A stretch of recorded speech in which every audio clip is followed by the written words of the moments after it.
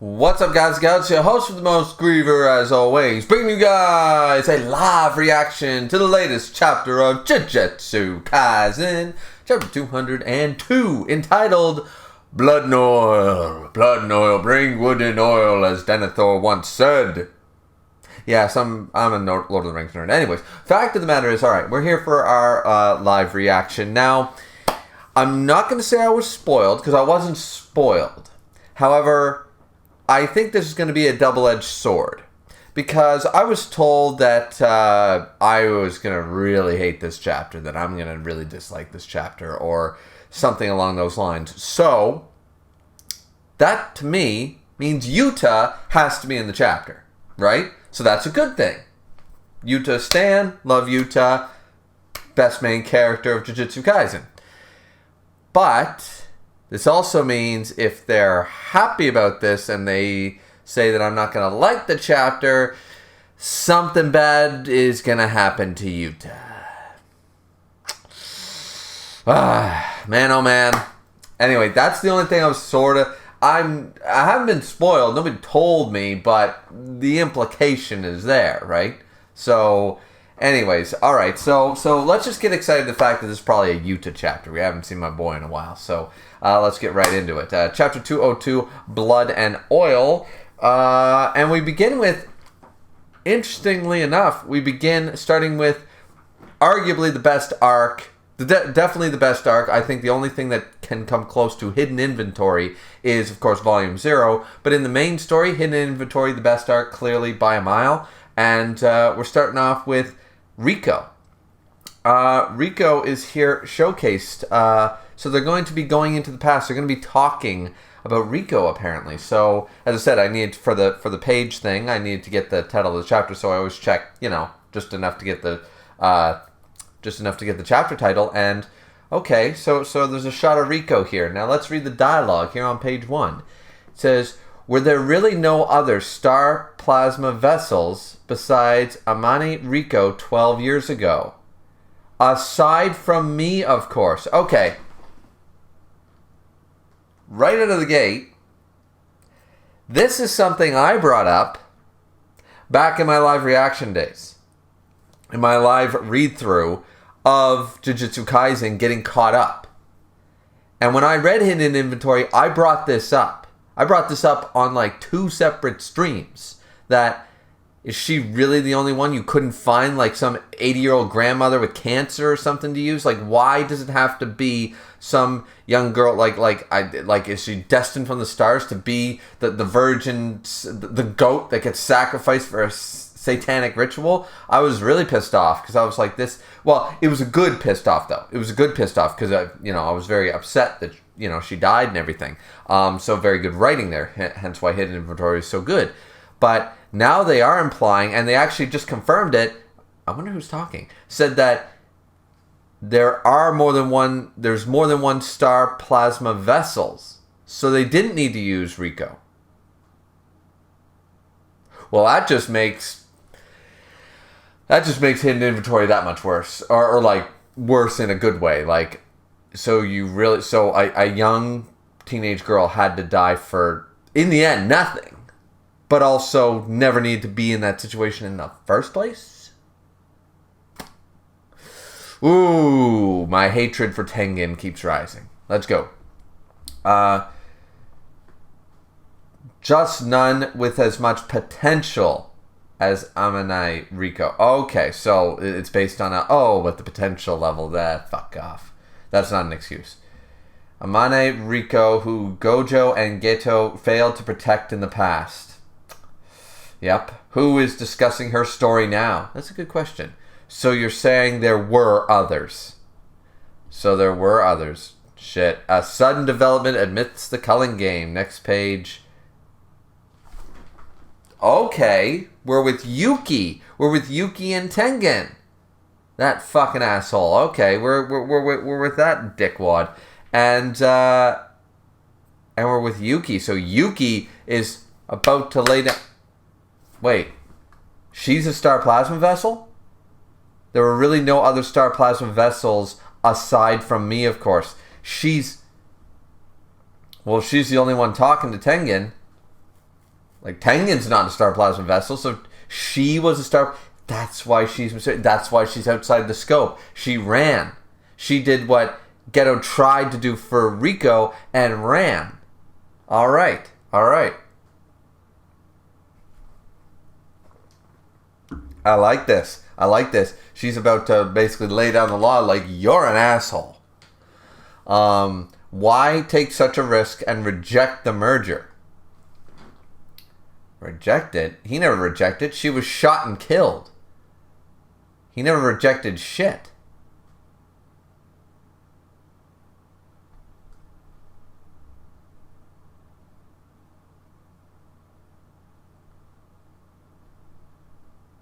Like the merging of the star plasma vessel, right? Like, he didn't reject it.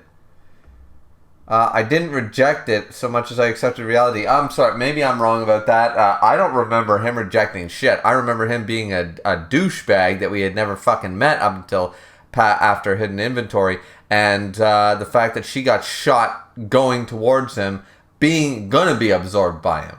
So... anyways, maybe I got my wires crossed on that one, so I'll have to let that one go. Let's see. I didn't reject it so much as I accepted reality. Merging with a star plasma vessel would only reset my immortal body and halt the evolution brought on by the simple passage of time. Clearly some evolution was going on. I mean, I haven't seen a human head looking like that in a good long while. Not since the 50s. There's no guarantee I won't become a blight for humanity if I evolve. Nice Dragon Age reference there. A blight upon Ferelden. But even if the merger failed, okay, why would the merger fail though? There's no guarantee I won't become a blight for humanity if I evolve. I mean, that's true. There was no guarantees. But even if the merger failed and my ego spread beyond my body at the end of my evolution, okay, I would be able to preserve my rationality with a barrier technique like this.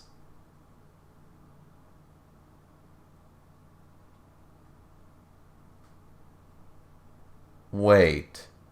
It wasn't that I was confident. Just like how the seasons are naturally changing, I thought it was inevitable for something like this to happen.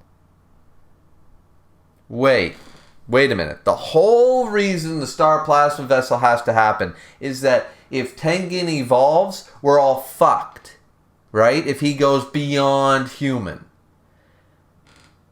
So, but now, that's the reason we're sacrificing a 16-year-old girl. Right? But now he's saying, there's no guarantee that that's the case.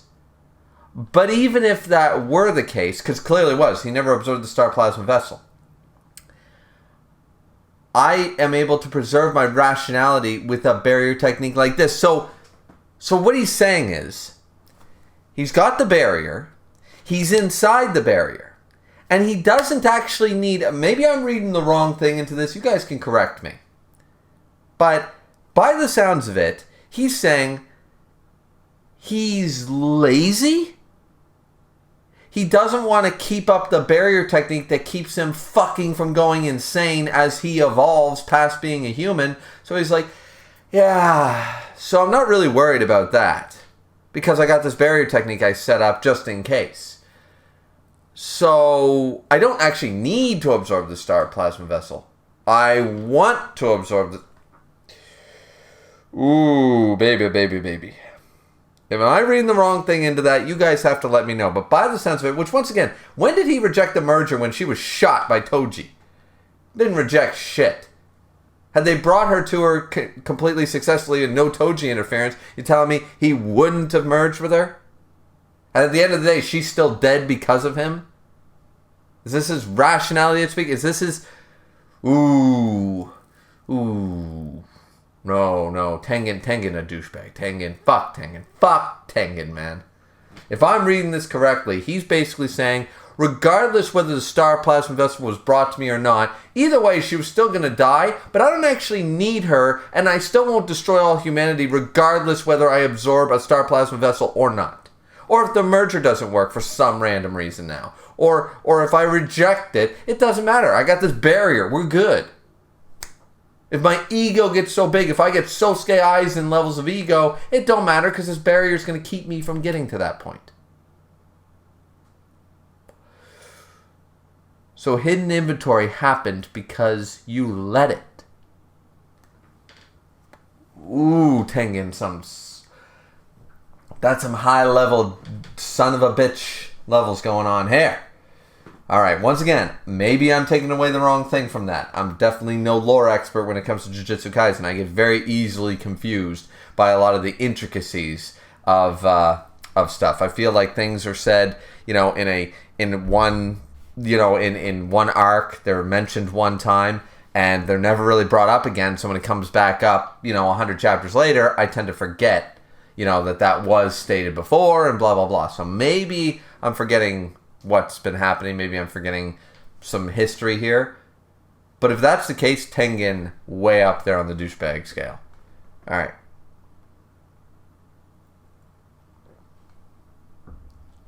Next page, Yuki pouring herself some tea, drinks the tea, coughs it all back.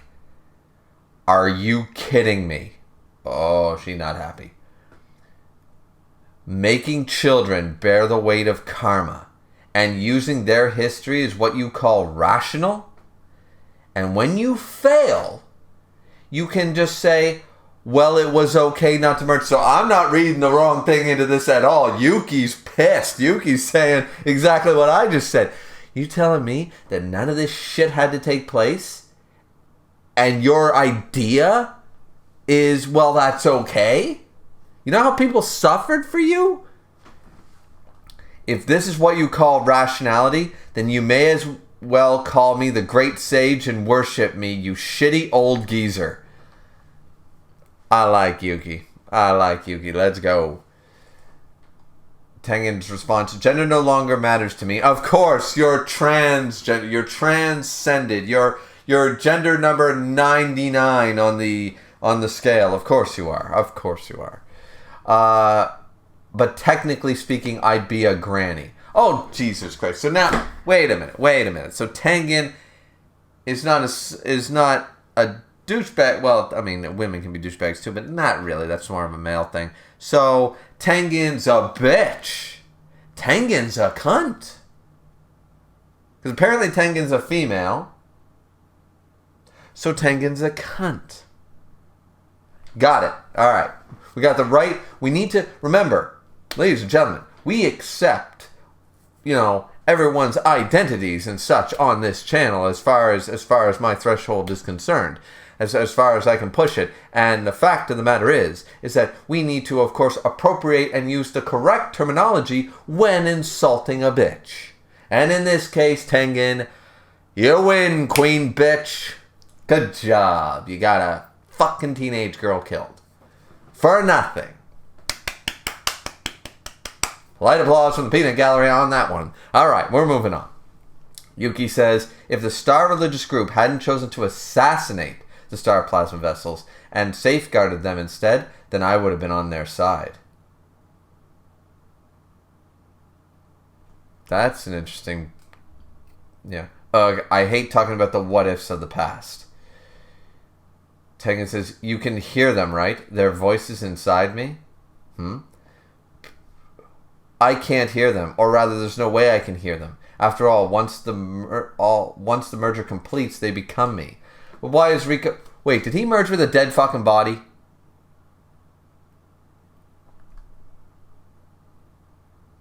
Okay, because she's pictured there, but he shouldn't have been able to merge with her. What are they saying? Why would I tell you... Okay, wait a minute. Is it because she's a Star Plasma Vessel so she can hear them?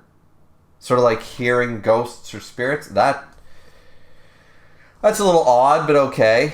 It's not being really used for plot convenience right now, I guess. So I guess it's okay to randomly bring this up. This random power that Star Plasma Vessels can hear each other like they're ghosts from... some fucking veil shit from Vampire Diaries inside of Tengen is the catalyst, and he can't hear them, but they can hear them, and only specific people can hear them. As long as we're on the same page. Okay. If I told you what happened to the Star Plasma Vessels that merged with you, No matter if it was good or bad, you'd use your age to justify your passiveness. That's true. And then you'd pretend to come to some kind of enlightened conclusion, right? Yeah, Yuki is just calling out this old bitch on her bullshit. I won't. Is that like a fat Buddha penguin or some shit? Or is that supposed to be a tanuki? Or, I don't know. I won't. I won't make it easy for you. Oh, not giving him her the satisfaction. That's going to get hard. That is my responsibility as a former star plasma vessel. Well, now she's a former one. How does she become a former one? Like, is there like a time where it passes? Like, had they hidden Rico, had they run away, would eventually she be no good? Would she no longer become a star plasma? But if that's the case, how can Yuki still hear the voices? So she's stating, I'm the ex-girlfriend, but at the end of the day, I'm still the potential for a girlfriend is still there. I'm just an ex. Like, she's using that to save herself. I'm not sure. Let's see. I would have liked, to talk with you a little longer. Oh, shit! What's going on here? It's the digital world. Digimon, digital monsters. Digimon are the champion. It's motherfucking Gito. Well, it's Kenjaku, but it's fucking Gito. All right. So Kenjaku has finally broken into the barrier in a double-page spread. Very nice. All right, cool. November 16th, 12 a.m., above the Tomb of the Star. All right, he shows up. You've outlived your usefulness and can no longer hold my interest. And Chozo just standing there with a random tree. A random tree is there. I'm not sure if this counts as interest, says Chozo, but I have a strange urge to kill you. I mean, awesome. Let's go. Where's Tengen? Okay, so Kenjaku's like, wait a minute. I broke in here for Tengen. Where the fuck is Tengen? Now, remember, Tengen requested only 2 of 4 remain behind, right? He said 2 of this list of people has to remain here to protect me because Kenjaku is going to come for me. I always thought that the idea behind that was that Tengen was confident between him, or I guess herself, and whatever combination of these 2 together would be able to stall him, stop him, defeat him, something, right? But I always assumed it if they worked together. Chozo's just out here by himself. Yuki, go fucking help. But then again, there could be some surprise attack, Urahara with the shing, boom, the Shadow Cloak thing, to go in, like, this is our opportunity to give Kenjaku a final blow, like, stay hidden the whole time, and then shank him from behind. Maybe something like that, I don't know, but interesting that they know, and clearly they know that Kenjaku's here, he just showed up, but Chozo was already waiting for him, so they knew that Kenjaku was there, but Yuki and Tengen aren't there to help fight. That changes the idea. That changes the whole purpose from my understanding of why he wanted 2 specific bodyguards. He needed 2 of them, and I always assumed that Tengen knew what the fuck she was talking about. Like, okay, you 2, yeah, you 2, or you 2, or you 2, or you 2, you 2 the man, can halt him, stop him, hold him off, whatever. Maybe not defeat him, but push him back, right? So, interesting that he's 1v1ing it right now. That talking thumb doesn't want to see you. I never thought of it before, but okay, talking thumb, I like it. Guess you're not well liked. Well, talk to the community, because they think that this motherfucker is the next Aizen. That's kind of funny. But still, yeah. So, Body Snatcher over here, Kenjaku, who actually isn't a really bad villain by any stretch of the imagination. It's just he's no fucking Aizen. I found that comparison kind of halfway shot, a Hail Mary attempt at the end zone that doesn't stick,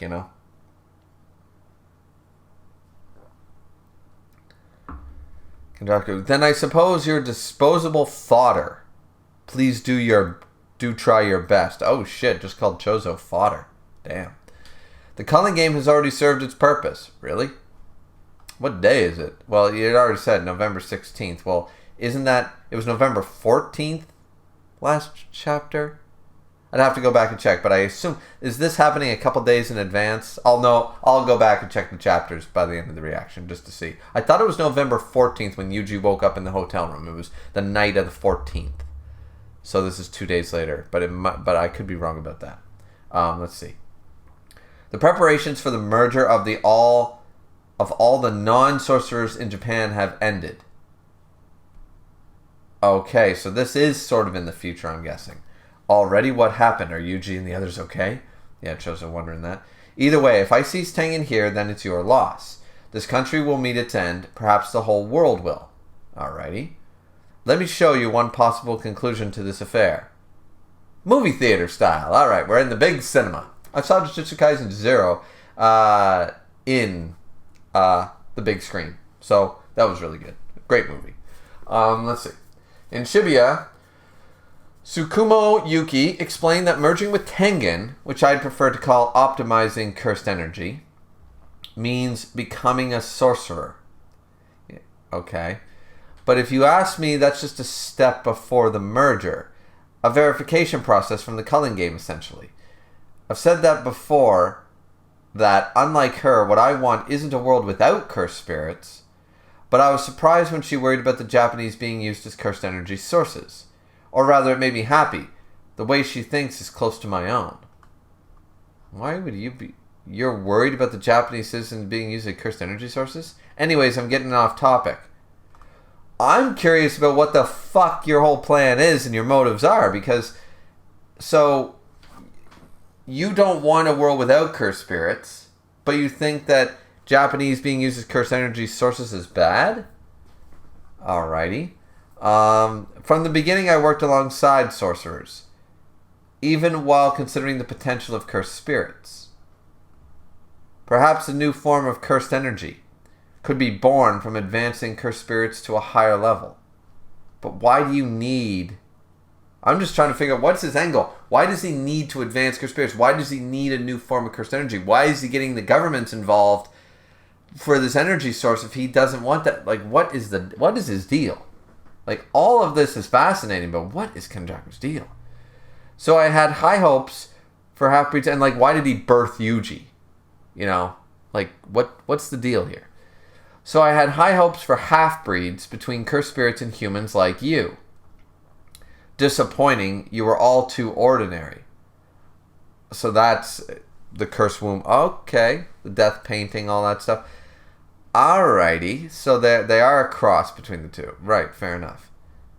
Hence why Chozo sees Yuji as a brother, because he's a hybrid. He's a half-breed. Because his mother was Kenjaku. Very weird to say that. That's kind of sus. But fact of the matter is that, yeah, okay. That's interesting. That's a good connection. I don't think we've ever had that confirmed like that before, that they are literally half-breeds. So they're half-breeds, and Yuji's a half-breed. So that, yeah. Let's see. Chozo, if you talk about my little brothers again, I'll kill you without waiting for the sideshow to end. Oh, damn. Fine. Yeah, Chozo always getting mad. Let's go, Chozo. You're such a Chad of an older brother. You absolutely are. You're a Chad. After evolving, Tengen will be more like a cursed spirit than a human. Okay, so like a 60-40, 70-30, got it.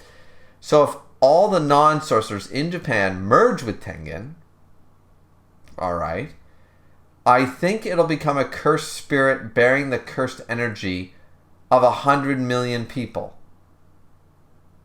Okay, so we're claiming that there's 100 million people, roughly, alright, in Japan or what have you. Since it'll merge with Tengen, it'll have one body and it'll all merge together. Alright, so it'll become 100 million people curse. Maybe it'll be like Uzumaki, and capable of extracting something too. God damn. Holy shit, what is this monstrosity horror? God damn it. That is, that's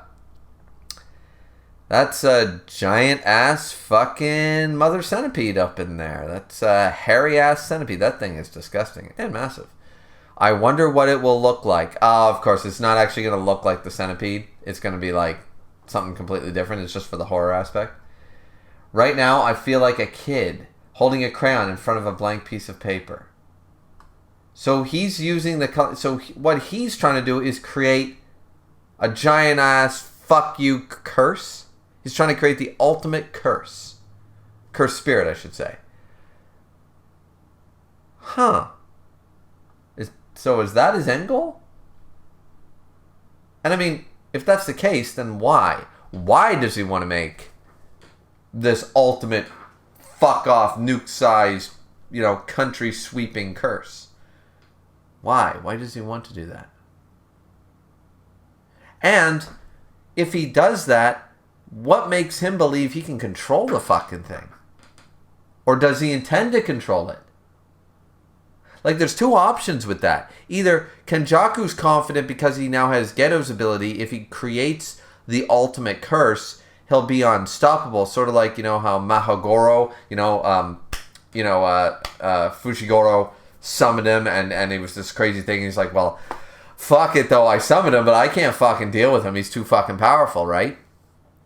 There is that possibility. Kenjaku is maybe overestimating his own abilities or Geto's curse manipulation ability because maybe he won't be able to control this fucking thing. He'll create it and he won't be able to control it and he'll be the first one taken out. Possibility. Or the second thing is that that's not his intention at all. Is that he has no intention of trying to control it.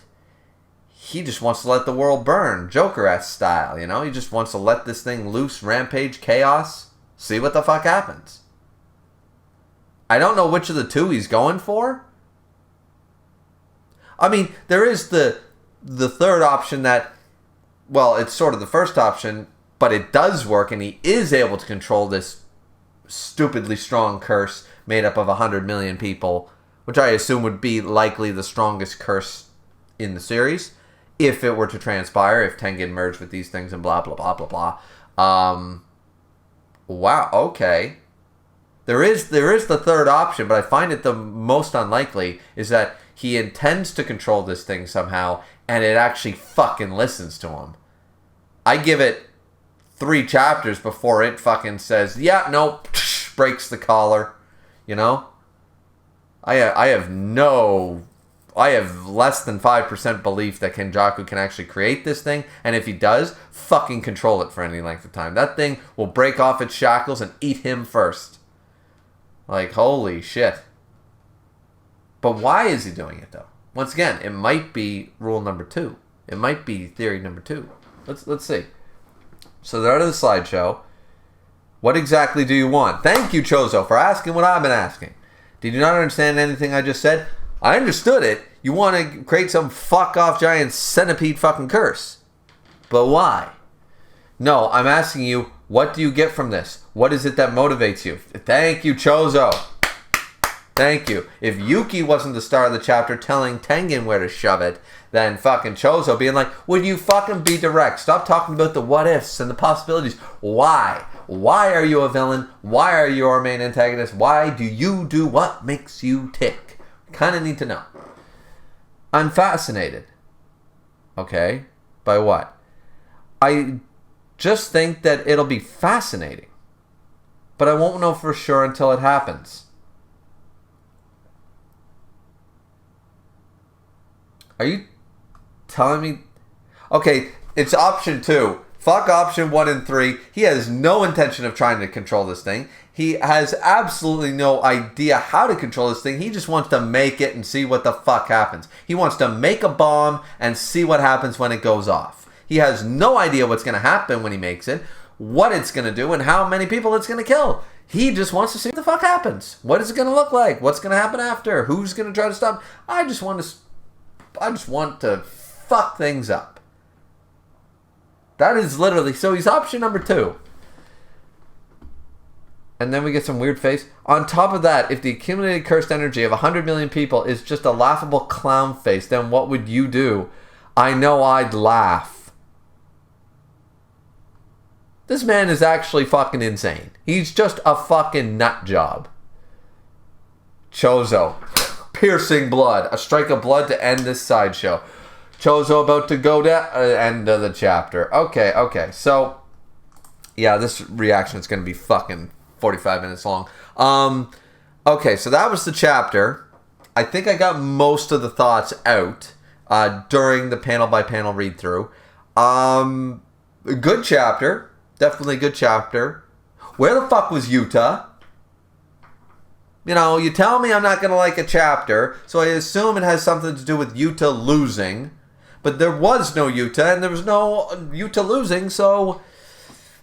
I don't know what people thought I would dislike about this chapter. I have no idea. I was told I wasn't going to like it. I don't really see any reason not to like it.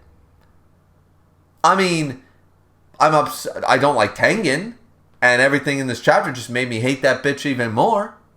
But outside of that, there's no reason for me to dislike the chapter. Now it's known for a fact that if Toji hadn't been an asshole, and Gito and Gojo could have saved her, and the world wouldn't have blown up. That was just some bullshit lie they were told because Tengen's a douchebag.